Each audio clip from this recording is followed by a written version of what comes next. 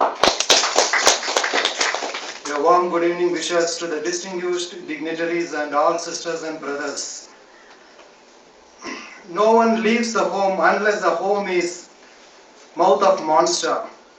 Stability, security are just fantasy, but they are indispensable illusions because without them there would be no way of going on.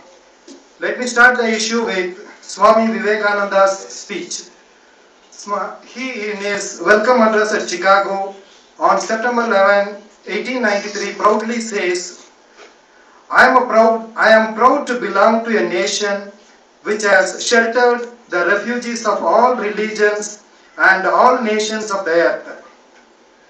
I am proud to tell you that we have gathered in our bosom purest remnant of the Israelites who came to South India at Malabar coast in Kerala and took refuge with us in the very year in which their holy temple was shattered into pieces by the Roman tyranny. I also wish to quote a doctrine preached in the Bhagavad Gita.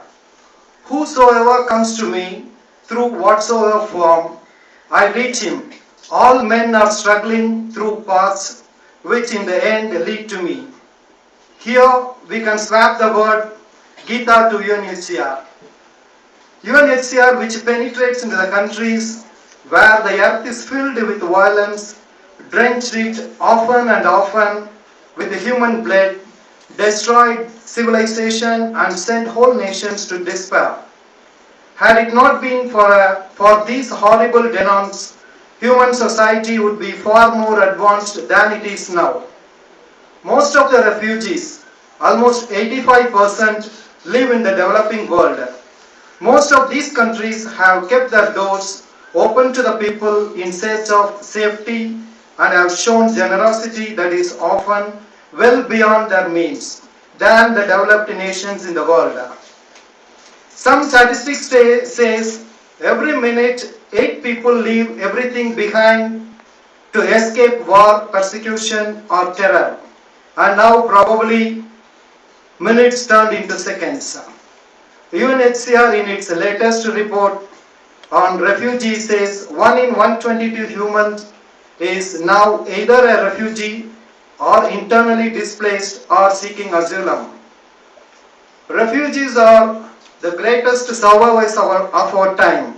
Many overcome immense hardship during years of exile, finally returning to their devastated countries to rebuild their shattered communities.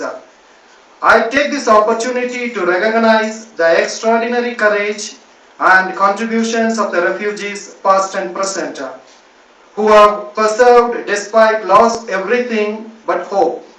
All of them deserve our encouragement, support and respect. Each refugee has a dramatic story to tell, and given a chance, each can make a positive contribution to the society. A study on the international refugees shows that economically and culturally, they generate more wealth than they consume in the host country. Many refugees are people of outstanding creativity who either bring a great reputation with them or go on to win one in their adopted country. A refugee life, regardless of the age, is never an easy one. But for many reasons, exile is particularly hard on the young, at an age when they should be dreaming of the romance and life's limitless possibilities and building up their skills in preparation for adulthood. They are instead bound by the harsh reality of poverty and displacement. These young birds need our constant support and help. Much is already being done by UNHCR and other international agencies independently or with the government in the adopted countries through education and other youth-related programs to make their lives fuller, safer and more meaningful. On this World Refugees Day, let us reaffirm our commitment to saving future generations from growing up without hope. On this day, let us once again ensure that people displaced on any grounds, any grounds, get the support and the services they need to build a better life. To conclude my address, I wish to enlighten that the government of Tamil Nadu, which takes care of 61,000 plus refugees registered with them from Sri Lanka, we never call them refugees as they are Sri Lankan Tamils. We provide with all welfare measures extended to the native of Tamil Nadu, right from their prenatal stage to their old age pension. I also take the opportunity to thank the international organizations, NGOs, who support the state government's effort to bring smile on the faces of our brotherhood Tamils from Sri Lanka who are accommodated in the refugee camps.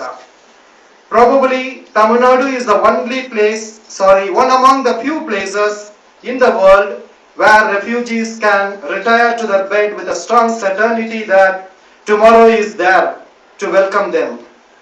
We strongly believe whenever you are in a condition to help someone, just do it and stay happy because God is answering someone's prayer through you. Thank you all.